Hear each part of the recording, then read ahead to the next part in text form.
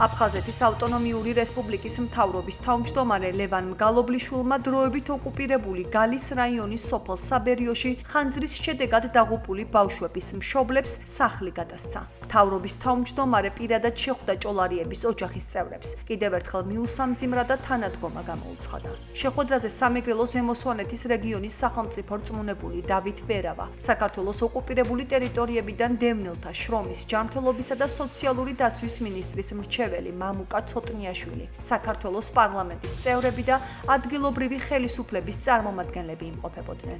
სახლის შეძენა ზუგდიდის მუნიციპალიტეტის სოფელ კოკში აფხაზეთის ავტონომიური რესპუბლიკის მთავრობის ცენტრალური და ადგილობრივი ხელისუფლების ერთობლივი ჩართულობით განხორციელდა. ასევე კერძო კომპანიების მხარდაჭერით დაზარალებულ ოჯახს საოჯახო ტექნიკა გადაეცა. ჭოლარიების ოჯახში ტრაგიკული შემთხვევა მიმდინარე წლის 5 იანვარს მოხდა. დროებით ოკუპირებული გალის რაიონის სოფელ საბერიოში სახლში გაჩენილ ხანძარს 5 მცირეწლოვანი ბავშვის სიცოცხლე ემსხვერპლა. უმნიშვნელოვანესია ამ ახალგაზრდა ოჯახის მიმართ თანადგომა და ყურადღება. მომხდარი არა მხოლოდ მათი ოჯახის, არამედ მთელი საქართველოს ტრაგედია არის.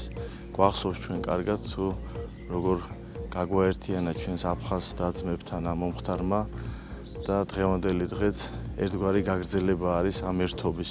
მადლობა მინდა გადაუხადო ჩვენს პრემიერ-მინისტრს ბატონ ირაკლი კობახიძეს და მადლობა მინდა გადაუხადო აუცილებლად ბატონ მიხეილ სარჯველაძეს, ჩვენს ჯანდაცვის მინისტრს ამ პროცესში თანამონაწილეობისათვის.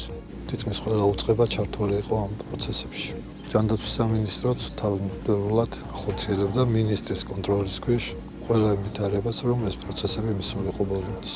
აფხაზეთის მთავრობა თავისთავად ცხადია, საიდანაც განხორციელდა ეს პირველი ნაბიჯების გადადგმა და მათ გვერდში დგომა სასიცოცხლოდ საჭიროა დღეს ყველას გვერდში დგომა. მადლობელი ვარ ყველა იმ კომპანიის, ყველა იმ წარმომადგენლობის, რომლებიც აქტიურად არიან ჩართულები. სულ უახლოეში ალბათ ყველა კომპანია გამზადებულ ვითარებაში მიიღებს მონაწილეობას მათი სახლის აღჭურვაში.